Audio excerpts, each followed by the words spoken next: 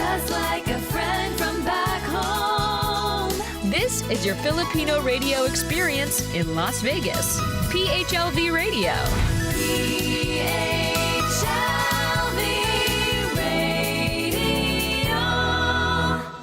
The Filipino American Cancer Care now brings you On the Air with FACC, tributes and support to those impacted by cancer. On the Air with FACC, the Filipino American Cancer Care on PHLV Radio. Good evening, ladies and gentlemen. Magandang gabi sa atin dito sa Amerika. Magandang umaga, Pilipinas. Good morning, Philippines. Welcome sa PHLV Radio on the air with FACC, Filipino American Cancer Care. My name is Josie Moralidad Zayman from the Filipino American Cancer Care. Sabi ng asawa ko kahit hindi siya nakakaintindi, minsan daw nakakalimutan ko yung kanyang apelyido na Zayman dahil nasanay ako sa apelyido na Moralidad. But anyway, welcome again dito po sa PHLV Radio Las Vegas. At syempre kasama natin yung ating station manager, gwapong-gwapo, behind the camera, behind the scene, Mr. Johan. Thank you so much for being with us every Friday. And ngayon, no, yung aking dalawang co-host nagbabakasyon. And it's January 14, 2022. Emerich, enjoy your vacation dyan sa Mexico at ganun din si Ed dito sa Virginia. Siyempre, kasama natin yung mga board of directors ng Filipino American Cancer Care. Una sa lahat, gusto kong ipakilala sa inyo, respetado, guwapo. Ito siya ha, kilalang kilala dito sa Amerika, CEO ng Alpha Travel Services. Kung gusto nyong lumipad sa ibang bansa, siya yung dapat nyong kontakin. Ladies and gentlemen, please welcome Carl Abela. Hi, Kuya Carl. Hello, Josie. It's an honor again to be here with you. Maraming salamat sa pagkumbida mo sa akin. Ngayon, Kuya Carl, ha? Ikaw na yung magiging co-host ko. Hindi na kita iintrigahin. Hindi na kita tatanungin. Ikaw na yung magtatanong.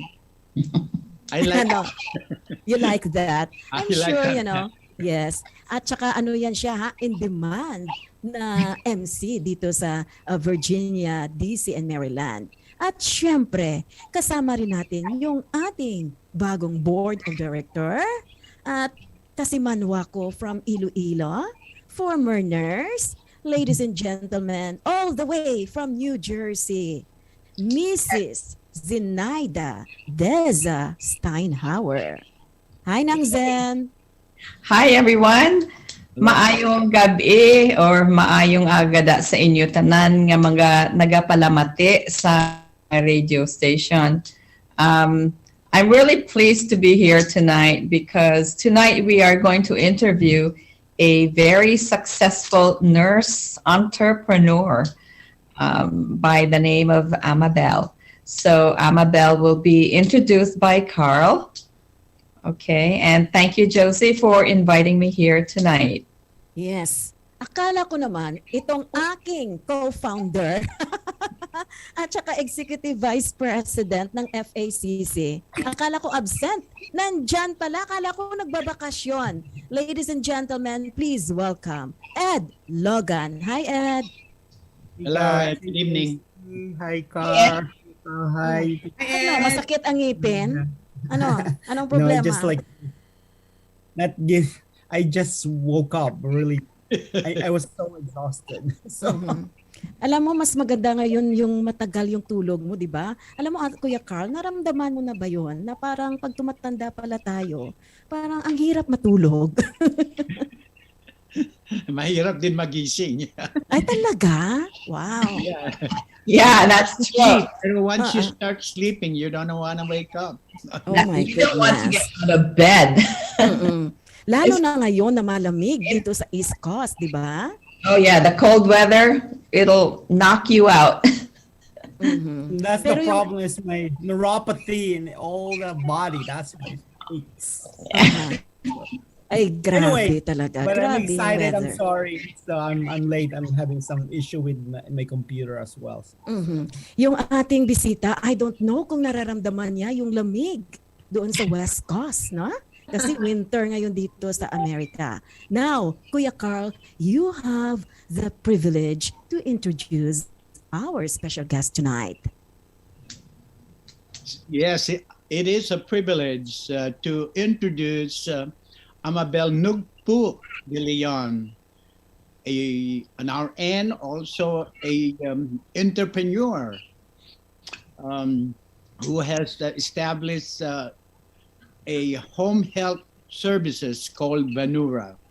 And it started in 2001 and going strong up for today, right? So it is very current. Amabel, we are honored that you are our guest this evening. So thank you for joining us. It's my honor. Manong Carl, thank you for having me, everybody. Yung ating bisita ngayon, CEO. COO pala. Chief Operating Officer, right? I kind of have different role. COO on some and CEO on some. CEO ng ng asawa niya. You're correct, Manang Josie. Yes. Okay. Nang Zen, you have the first question and then it's going Yes. to be followed by Ed. Yes, I do. So Amabel here is a fellow nurse. She's a registered nurse in California.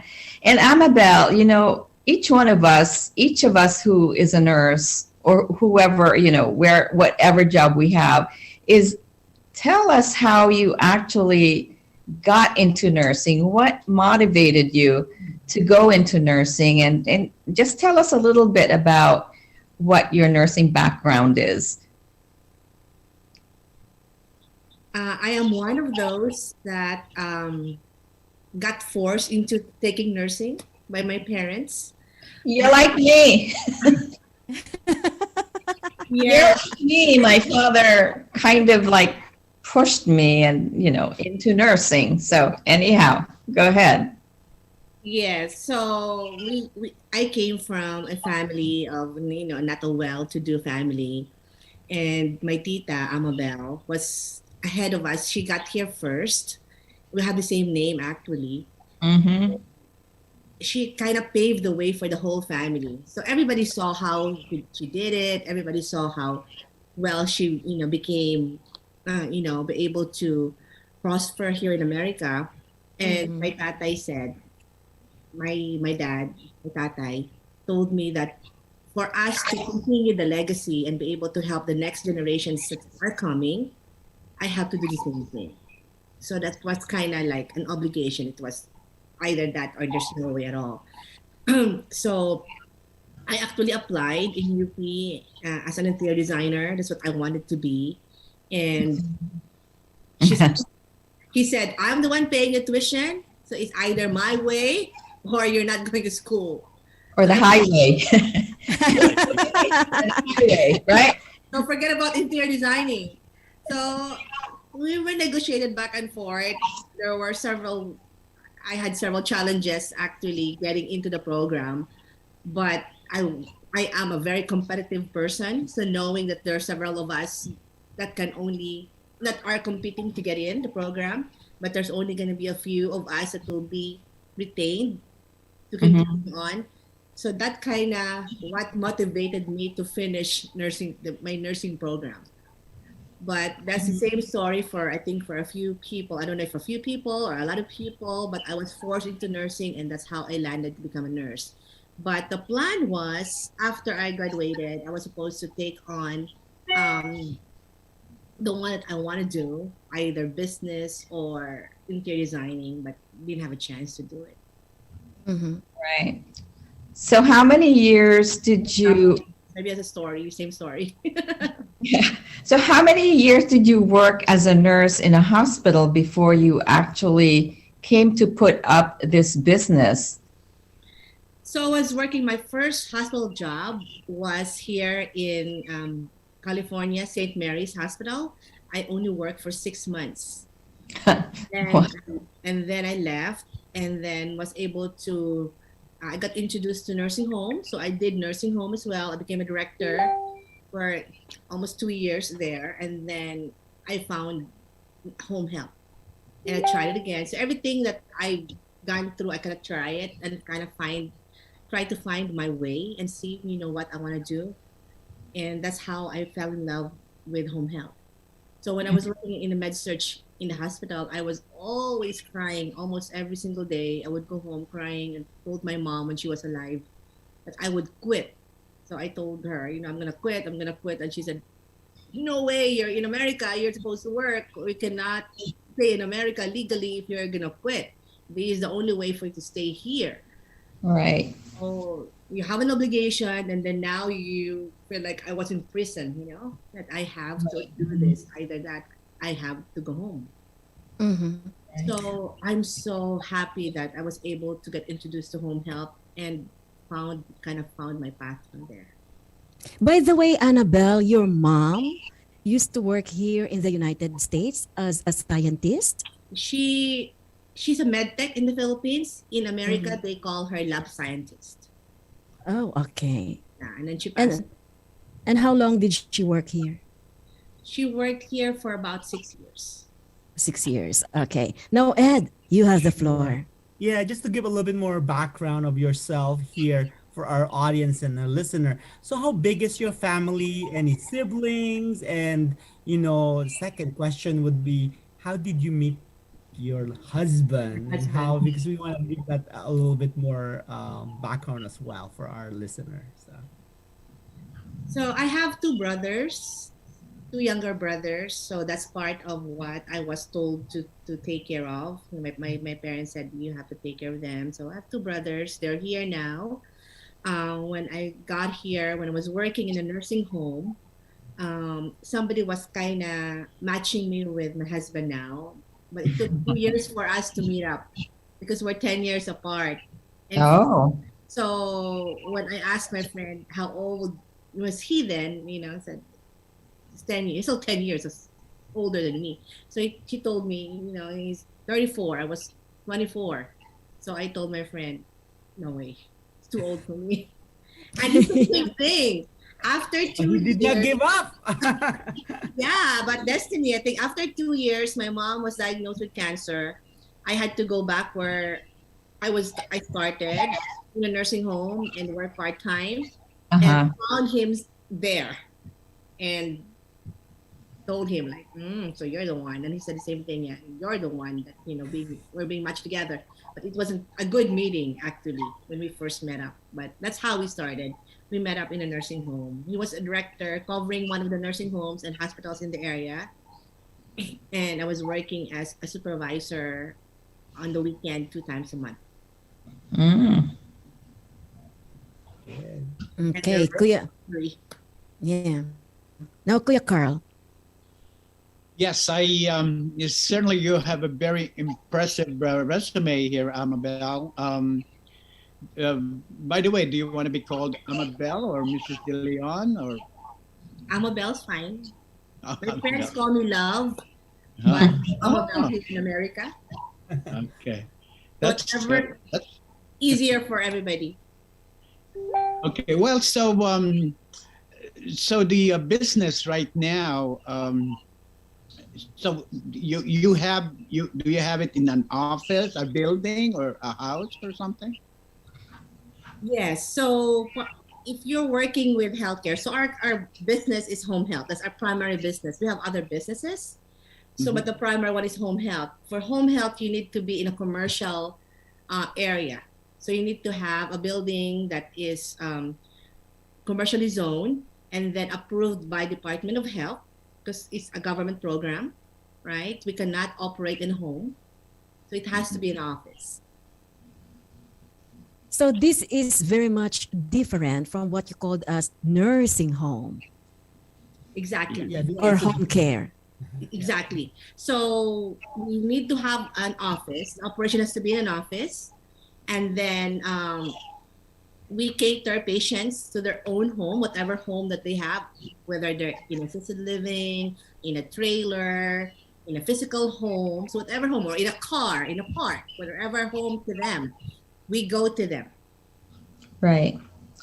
Mhm. So how did you pick your employees?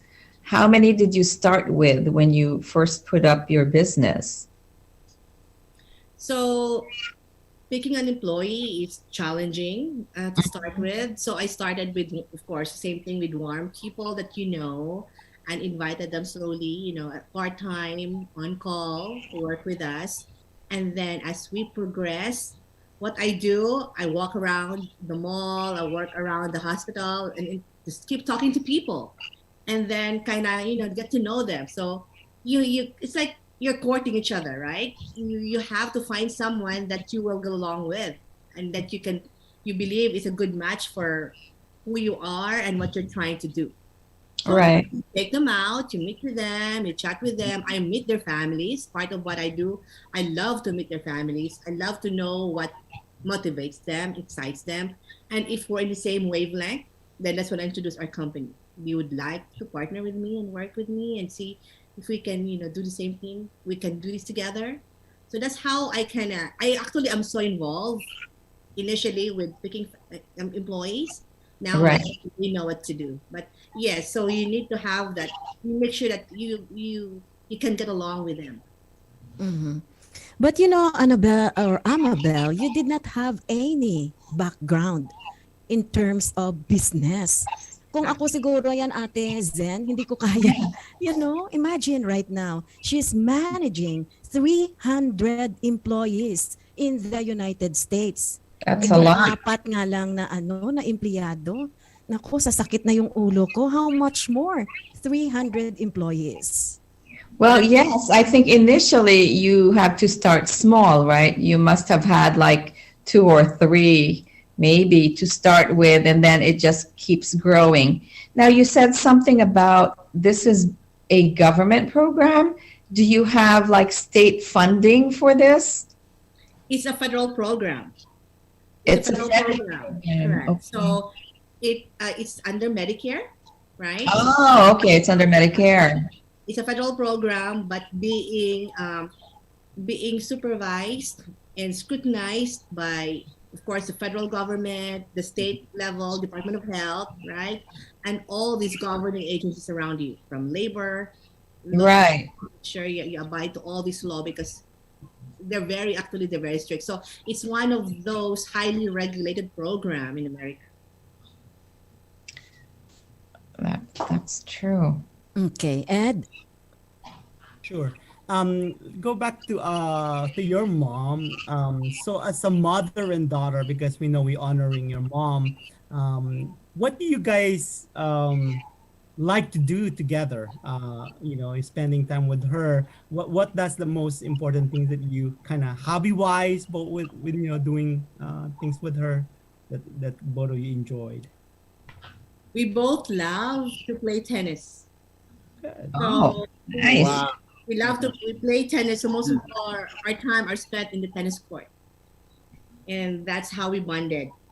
She is kind of like me. Anything goes. And let's say at midnight, if we're hungry, both of us, we don't cook. So we just go to Dennis, and we can go to Dennis in a pajama. She's like that. She's cool. And then sometimes early morning, there's a bar, nearby. You want to check it out and see what's in it. Sure. She's very adventurous. So your mother was kind of like a friend, like she was your friend at the same time. Tennis. We're very close. Right. Amabel, both of your parents are Ilonggos? Correct. Yeah, both of my parents are Ilonggos, but since I grew up in Mindanao, I speak Cebuano, Bisaya. Mm. They're both Ilonggo. Yes. How did they end up living in Mindanao from Iloilo? My nanay side of the family are in General Santos area, the Polomalok area. Mm. So when they learned about Dole Philippines, when Dole Philippines was starting there, then we migrated and checked it out. And that's how they end up staying in Mindanao. Okay. Now, was she diagnosed here in America She or was in the having Philippines? she was having signs and symptoms since even when I was in college. Oh. But she was never diagnosed because no multiple she died of multiple myeloma. Multiple myeloma is kind of difficult to diagnose and it's kind of hard to diagnose. So she got diagnosed here. Actually she diagnosed herself. So she's a lab Oh, wow. scientist. So she was drawing her own blood, and then she was fighting fatigue and anemia and all these things. So she was checking her blood regularly. So at that point, when she was already at the end stage, when she actually found out that her blood levels were going down, that's when she started panicking. That's when she found out, I think I have some leukemia of some sort or multiple myeloma. Right. Is there Your any- mother, Oh, go ahead, Kuya Carl. your mother passed away at when she was 56 years old, Correct. very young. He was Very young. When did she found out about the cancer? How old was she? 55. wow. Only- Just took 1 year. Correct. Oh It was so fast. It was so fast, really. And that's kind of part of what I love where I am now because I was a nurse before and I felt like I was stupid. I didn't know I was doing what I was doing. And I don't have any resources. I don't have any support. And looking back now, I wish I'm already like this. I could have probably helped her. But at that moment, I didn't know what to do. And that was kind of fast. And there was no planning, no anticipation of her even dying. Wow, that was quick. I mean, Yeah. And it is just her and me, just the two of us here before. Of course, my aunt, is here, but she was super busy with what she was doing. She was working 2 jobs herself. She was a nurse, but we don't get to see her often. So it's most of the time it's just me and her. So the support system is really It's not Yeah. there. So from me working from nursing home and then taking her back and forth the hospital now. So pretty much I was even living in my car because I don't know where we're gonna be. And I go home, she would have a fever or pain, and I would have to take her to and then we just take her to the hospital, and it's just me and her together. It was I didn't feel I was tired until she passed after a year and realized I was really exhausted. Yeah. all your energy. That's what a lot of our, as part of our radio show, we kind of educate. It's not just the cancer patient itself, but also the caregiver. Exactly. Really have a big impact. So that's why I'm glad that you kind of educating our listeners as well, because sometimes caregivers forget themselves or lost in the journey with the patient. And Amabel, I think your experience will give us, our listener, the ability to say, hey, we should not forget ourselves as well when Exactly. journeying with the patient. Yes, exactly. And that's part of what we love to do because we're home health and we always look at the family, what they did, what roles are they playing, who is the main caregiver. We have to look after the main caregiver because without the main caregiver, everything will collapse. Patient won't be able to function. And if the caregiver can give up, whoever they are, whether you're a spouse or a child, you can give up because you can get run down. And worse if you're working too, or worse if you have your own family, you're starting your own family, and then you have a family member, a parent who's also sick. So running from one household to another, and plus your own self, that takes a lot of toll in yourself. Good thing if it's a short-term care, but what if it will drag for years?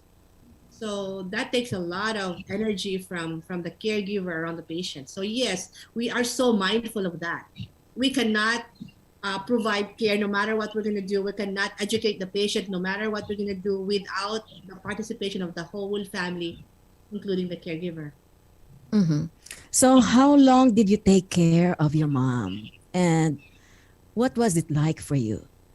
I know it was difficult, but what was it like? I am so grateful that I was here when she was sick.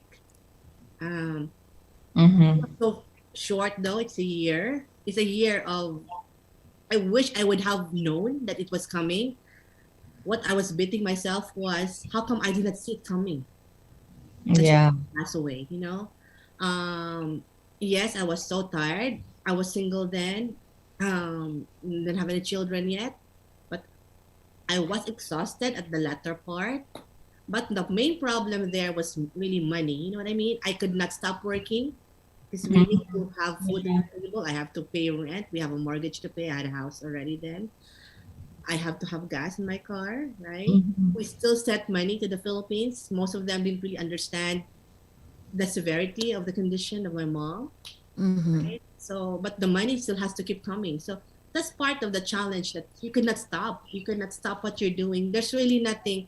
There's no time for you to even, what you call this, to change your life a little bit and adjust a little bit. There's no time for it. Actually, your plate just got fuller. But you Mhm. have to get into it and keep moving forward. You can't complain. You cannot just keep going. There's no choice at that moment. Mm-hmm. How close you were with your mom? So my mom, we can talk anything under the sun, pretty much. And I wish I have a little bit of her. She's super strong. She never complained. I know when she was in pain, I can see in her eyes, I can see in her body language, but she would never say, I am in pain. Or pity me, I am like this. I've never heard her say that. Actually, what I was noticing at the latter part when she was really uncomfortable and having this discomfort, she would ask me, just dance. Actually, we both love to dance. So just play the music and dance. And that's when I feel like, oh, she's having discomfort. And I didn't really, really realize it until she was gone. And looking back, how come I did not see so much signs that she was leaving me? Mm. So that's what I see. At the latter part, she would dance more with me. And then I started dating Alan already then, and she got to know everybody around me, from my friends, from my coworker, from Alan's family, wanted to meet them, and then she talked to them pretty much every day, to take care of me, check on love, make sure that she eats, she doesn't eat, uh, check what she does every now and then, you know what I mean? So she would talk to them day in, day out. I didn't know that until these people told me. I Oh. guess she kind of know and I saying, don't I know. think, Yeah. my daughter, I'm giving my daughter to you guys with my heart and piece of me. So I think she really, I think she even at the knew, end, but yeah, I did not know. yeah, that's And that's and she didn't tell me anything. She didn't tell me I'm dying. The last conversation I had with her a few weeks before she passed was, I think I'm gonna stop chemotherapy. Let's just go home. Like, she wanted to go home. So I was thinking, okay, at that moment she didn't have her documents for a medical technologist, for a lab scientist to get your papers processed. It takes a long time, right? So at that moment, like, okay, we're contemplating, if we have to go home now, you cannot come back, visa wise, right? If we have to go home now, would I be able to afford supporting her with treatments and chemotherapy in the Philippines? So Yeah. these are the things we were playing in our head. And then finally, she kind of like told me, no, it's okay. I don't think I have to get treated anymore. I think I'm fine. Let's just go home. I want to go home. And we were actually planning to already to go home, take her home. So she can see, because my dad and my brothers were in the Philippines. They were not here yet. Oh. They tried coming here when she was sick, but their visas, they were denied several times. So she passed away March 15. We were supposed to go home April of that year. A month Wow. before. We didn't make it. Okay. Kuya Carl? Yes, I can't imagine what you have to go through, Amabel. Because I lost my mother too, and I kind of feel the time, the moment that you share with your mom. Although to some people, probably not as meaningful as the children feel, because those golden moments that we spend with them, it doesn't matter if you just look at each other, and you don't need to say anything. The actions speak better than words. It's beautiful, and I admire you for sticking with your mom and doing all the best you can for her. So Yeah. When I lost my mom, I felt like, wow, now, even though my dad was alive, I felt like I was an orphan. And I don't know, I know it was hard that time. It was really, really painful. But I don't know what she was feeling, knowing she's going to pass away and she's going to leave a daughter in America. In her 20s, and we were just beginning. And knowing that I will be on my own. I don't know how she was going through that. I think. Go ahead. Go ahead, she Carl. might not be helping you in any way, but when you lose your mother, it's like they were saying you just lost half of your life. I mean, it's just painful. Too painful to even think about it. Yeah. All right. Amabel, Can I you know, Yeah, okay, go ahead, Ed. so I know, Amabel, you're now a mother as well, with two handsome Three. three. I thought it was only just three. Wow, busy. So Wow. what your mother taught you, being now on your own journey as a mother, and being a career, and being have this everything on your full plate, in honoring her, what is the best lessons that she taught you, now being you as a mother, yourself? Well, she left me with so much wisdom, but she left us with so much love. She showered us with so much love, actually, me and my brothers and tatay, everybody around her. I don't know how she did it, but she would always understand all of us. Like she doesn't get mad. Yeah. She loved hugging and kissing us. Typical Ilongga. Yeah, so I don't think there is an age to stop hugging and loving somebody and kissing somebody, your children. You actually keep longing for it, no matter how old you get. So that's what I do, the same thing. And I told my boys, as long as I'm alive, I'm gonna kiss you and hug you and hold your hand. So, and they're okay with it. We have 3 boys, and my husband does the same thing, and we hug them, hold their hands when we're walking. And they're 19, 17, 14. They're not complaining. They got used to it. So, I think part of what she taught me was that touch was important. Knowing that she's there, no matter where she is, that we're always gonna be there. And the same thing, like I told my boys, the same thing like what my mom said. Wherever you are in the world, do not filter what you feel. Call if you need us to be there. Wherever you are in the world, Mom, I need you. Dad, I need you. We would be there. We would drop anything to be there. So even though like right now we're super busy, but every time I told the boys, if you don't feel good, don't think Mom and Dad are busy. If you need to call us, so every time they call us, we have to stop whatever we do. Even though we're in a meeting, even though we're in a business negotiation, I don't care. We have to pick up that phone and answer that phone. And they do the same thing. And the same thing I told them, if I have to call you and tell you, you have to come home.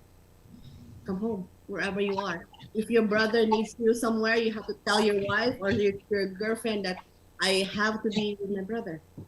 So that's kind of like what we're doing. That's kind of like what my mom did to me. So all these years, she would always remind me and tell me, look after your brother.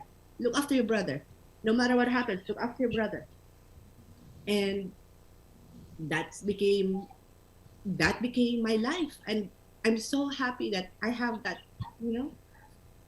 I don't know if it's an obligation, but it was given to me. That baton was passed to me, and gladly accepted it. And that's probably why we're successful right now, because I couldn't give up on anybody. I have that baton that I'm still holding, and I have to keep running with it. Mhm. Can you still remember, Amabel, yung mga last words niya during the time that she was battling cancer? She would actually not talk about herself. She would always just talk about me and tell me, because me and Alan were dating then. So I am still very hard-headed, and she knew that when I like somebody, if I don't like somebody anymore, I'm done.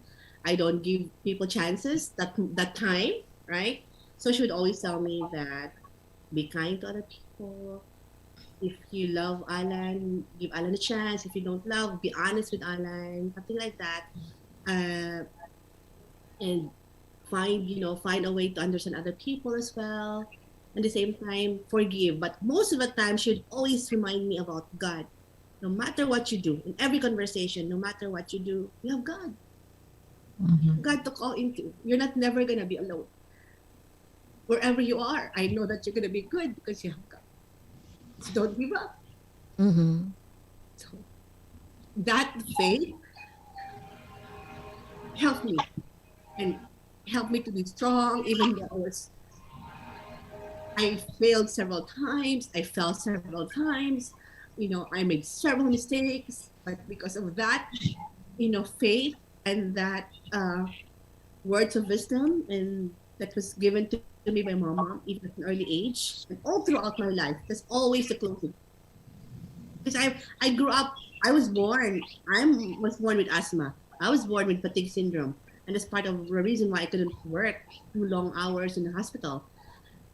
And I would always end up in the hospital every single month, but my mom would always say, God will heal you. God, pray to God. If you can breathe, pray to God that He's gonna help you breathe. So everything is about God. So that helped me all throughout up to today, where I am today, holding on to that faith that God's gonna get me through, no matter what. Yeah. Okay. Now, before we continue with our radio show, we have a special song number dedicated para kay Amabel, and of course sa kanyang mother na namatay sa cancer. And by the way, I also would like to take this opportunity, kamamatay lang. I know, Amabel, maybe you know this one person who's very popular at the Central Philippine University in Iloilo. He is a very good friend of mine, and right now, para akong na-shock. Former counselor Joshua Alim, he just passed away at the age of 57. You remember him, Amabel? Our city councilor. He's a very good friend of mine, and I just got a message that he passed away this evening from heart attack, although may mga siya. Rest in peace, Joshua. Thank you so much for being a good friend to everyone. Now, here we go with a special song number from one of our ambassadors at the Filipino American Cancer Care. Ladies and gentlemen, please welcome Katrina Manaba.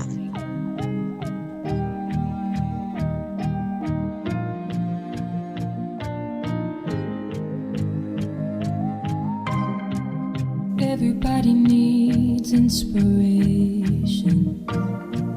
Everybody needs a song, a beautiful melody.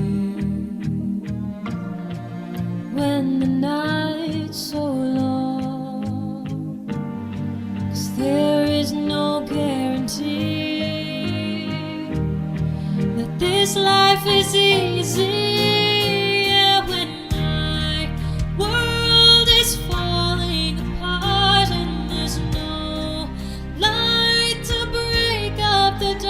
That's when I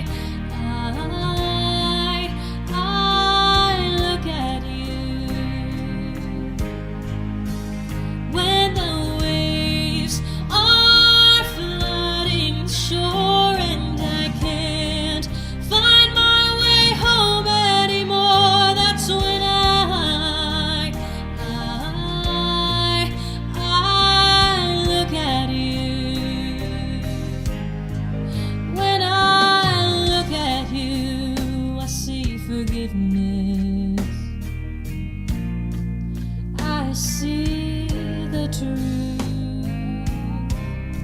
You love me for who I am, like the stars hold the moon, right there where they belong.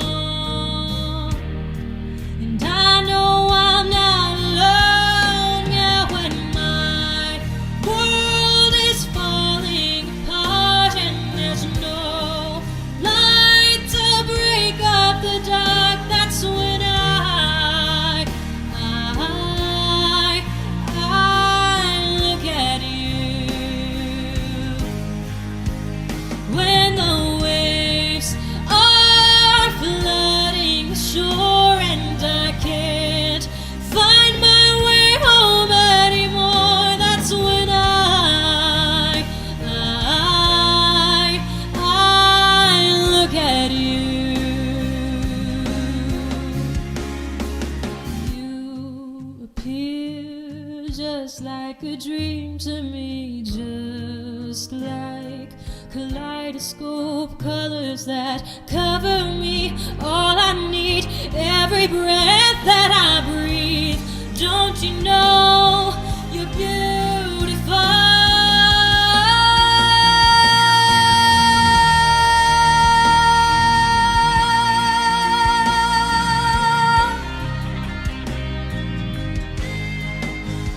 When the waves are flooding the shore and I can't find my way home anymore, that's when I look at you. I look at you.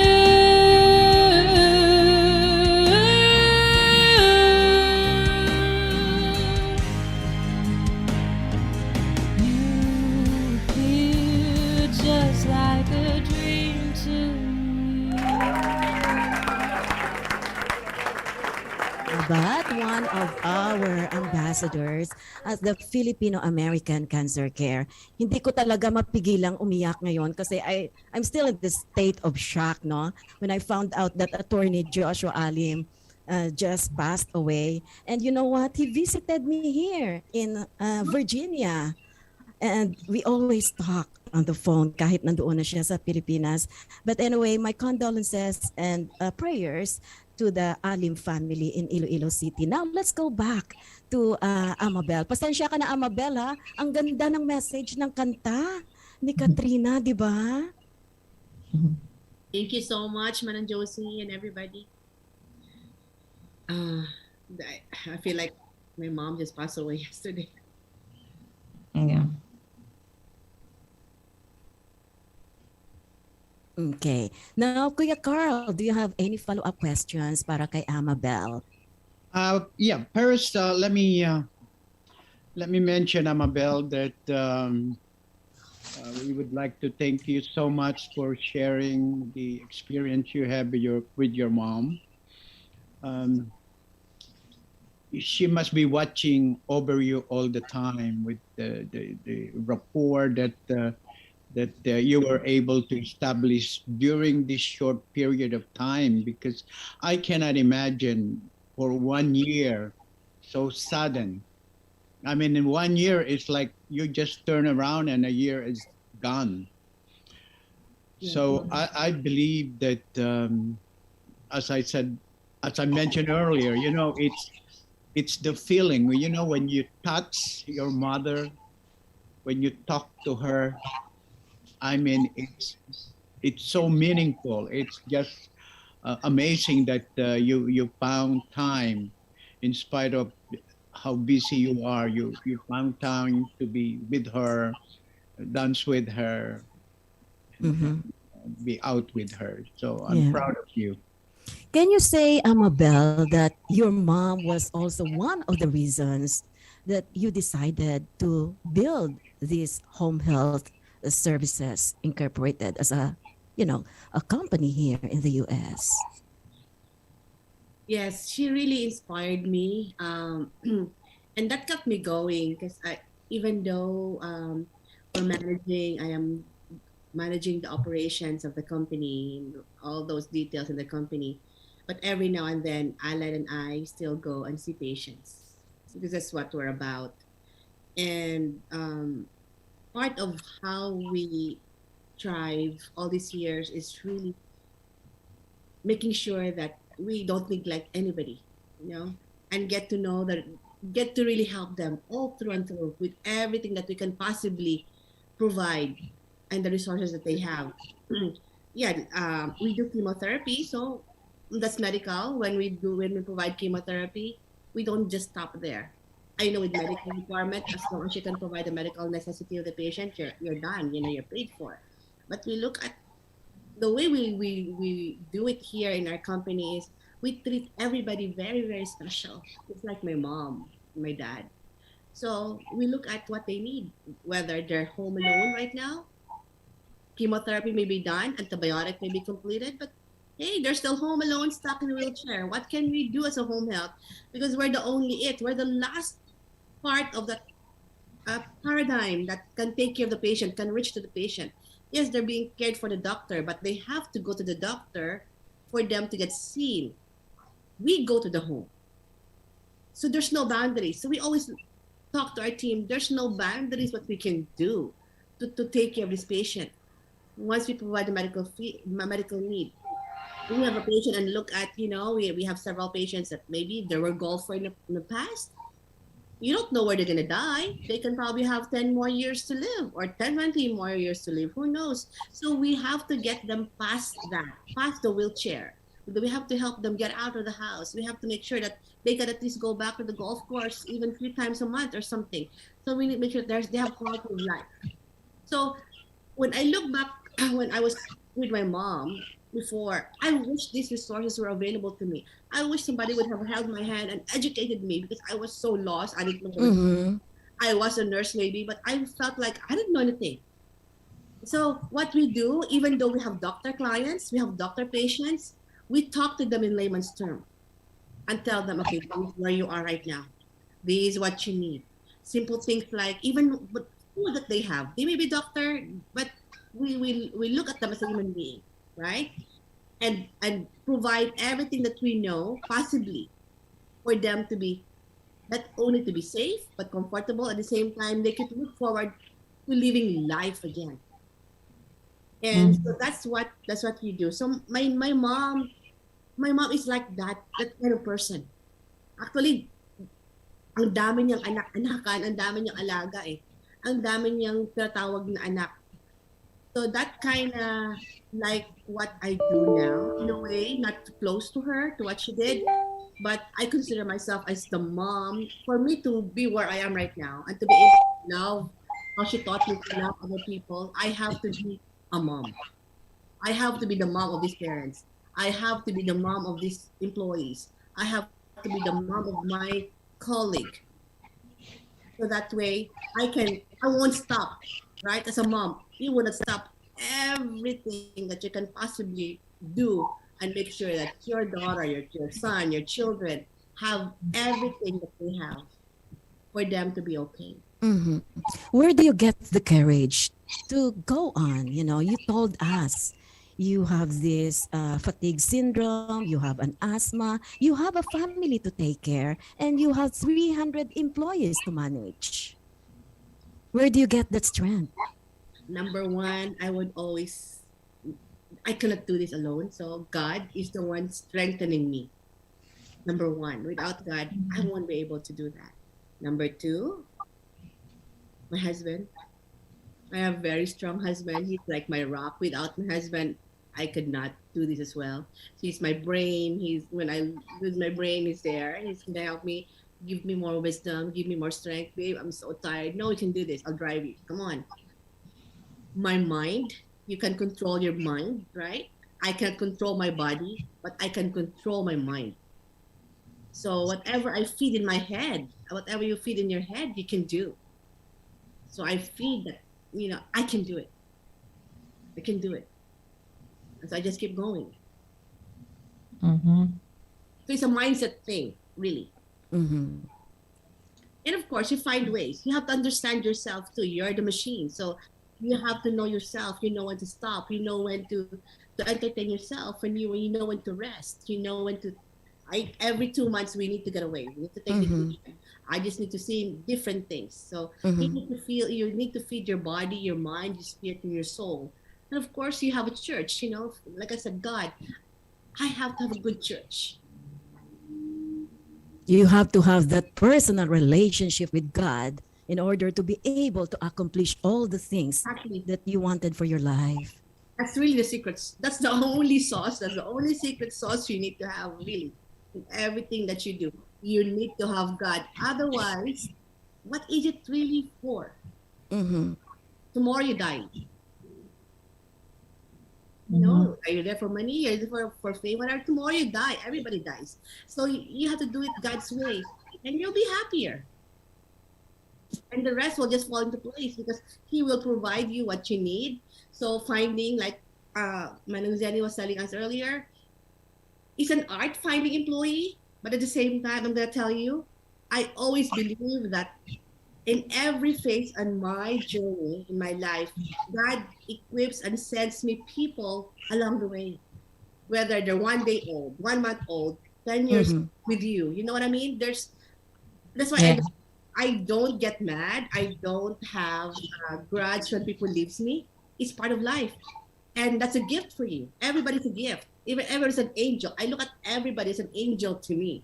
So in that part of the journey, God will give you somebody for a day or 2 days, a month, 3 months, and you have to cherish that journey with a person. And God just keep equipping us and sending us the right people at the right time. Ang ganda ng mga sinasabi ni Amabel. Talaga namang nandito na yan, oh. But that's the only secret formula. If actually everybody gets to know that, that's really it. They're unstoppable. Because there's no boundary, there's no ego, there's no other agenda, there's no hidden agenda, but to serve God, really.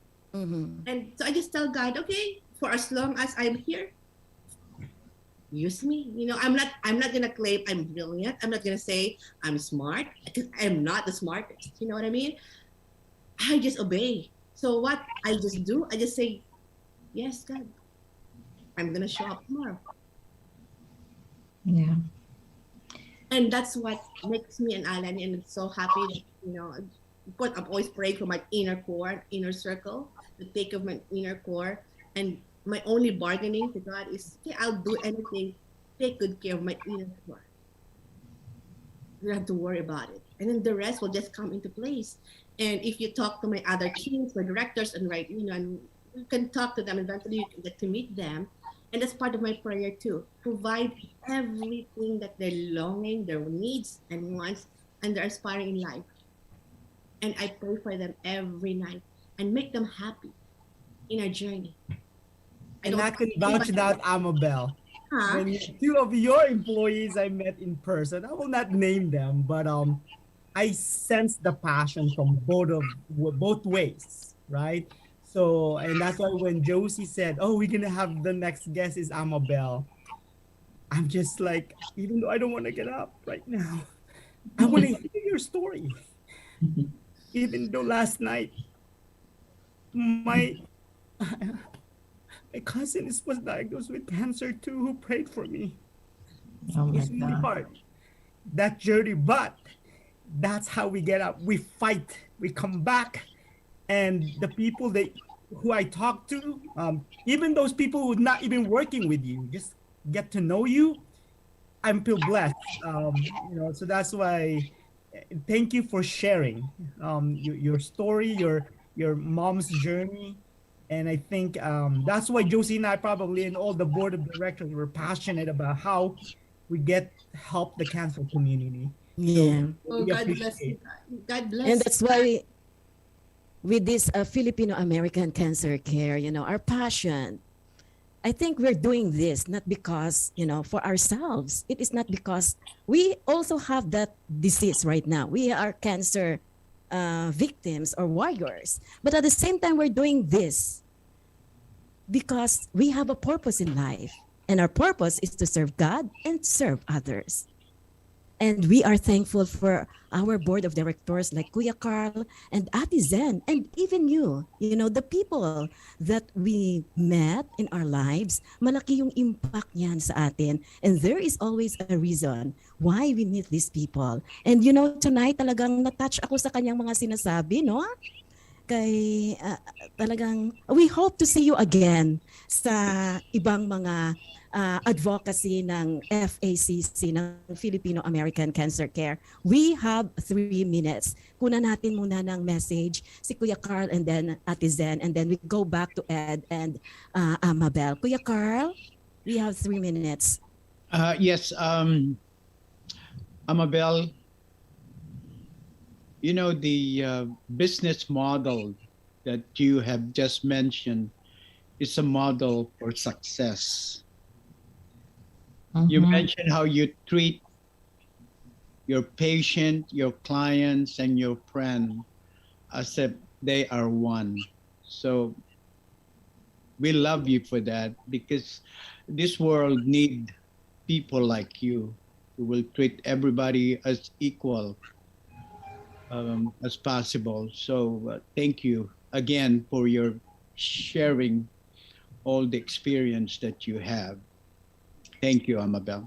And we hope to see you in person. Right. Looking forward. Yes. Now, Ate Zen, Yes. we have 2 minutes. Yeah. Okay. Well. I really want to thank you for this is sometimes it could be very difficult to just share the stories, because it affects all of us, and like Carl said about treating everybody equally, but also because you care for your employees, and that's a very important thing of running a really good and successful business. So my last question to you would be, what is the takeaway that you would like to give to the listeners that we have on tonight? What would be your parting words to them before we go off air? What is something that they could take away tonight? We have 1 minute. You have 1 minute. Okay. So for me, life is short. We can die tomorrow of different sort. Cancer for some, accident for some, There's several reasons. So take every day as if it's going to be your last. Live well. Learn to forgive more often. Love as deep as you can. Like what God said, right? The greatest of it all is love. And it's really like a loose word out there, but it's really very true, but it's hard to do. Yes. Find that love, because this is your last day. And live well. Do it for yourself. If you have cancer right now, if you feel good, for me, it's like a switch. You have to switch your brain, because you can. And this is what I teach my patient. Just like what my mom did. So part of our program for cancer is, and any sicknesses, right? We have neuromuscular patients too. Put some music on, whatever you love to hear, sing with it, listen to music. If you're alone, or if you're stuck alone for the most part, if you have the energy, go out. Don't drink your coffee at home. Drink your coffee in the next Starbucks or wherever. Find new people and say hello. You know what I mean? Watch a movie. If not, live well. Live well. I'm part of what we do too is we give patients flowers, succulents. So take care of something that's living things in the house, especially if you're alone. So don't get depressed. Find a way to fight it. But at the end of the day, and I'm not saying that everybody has to have a belief like I do, but for me, that's the only thing. God, find God in your life. Once you have that, you'll always be at peace no matter what state of life you are in. You'll always be that peaceful. Why? This temporary life we have here, we're going to go to heaven. I'm looking forward to heaven, right? So if somebody will tell me you're going to die tomorrow, okay, that's good. Bring it on. I will die tomorrow. That's even perfect world to be. So look forward to it. So once you have that peace, then living life every day is so meaningful. So that's my takeaway. All right. Thank you so much, Amabel-Nugpo De Leon. And lastly, 30 seconds. please Ano? pray for my cousin who really trying to find because she prayed for me for miracles, and this is the things that's gonna be hard for me. Just always pray for other people as well who's going through right now. So, thank you. Yes. Praise. Thank you so much, everybody, or Thank you. everyone, dito po sa ating radio show on the air with FACC. And we will see you again next Friday, dito pa rin sa PHLV Radio. Bye!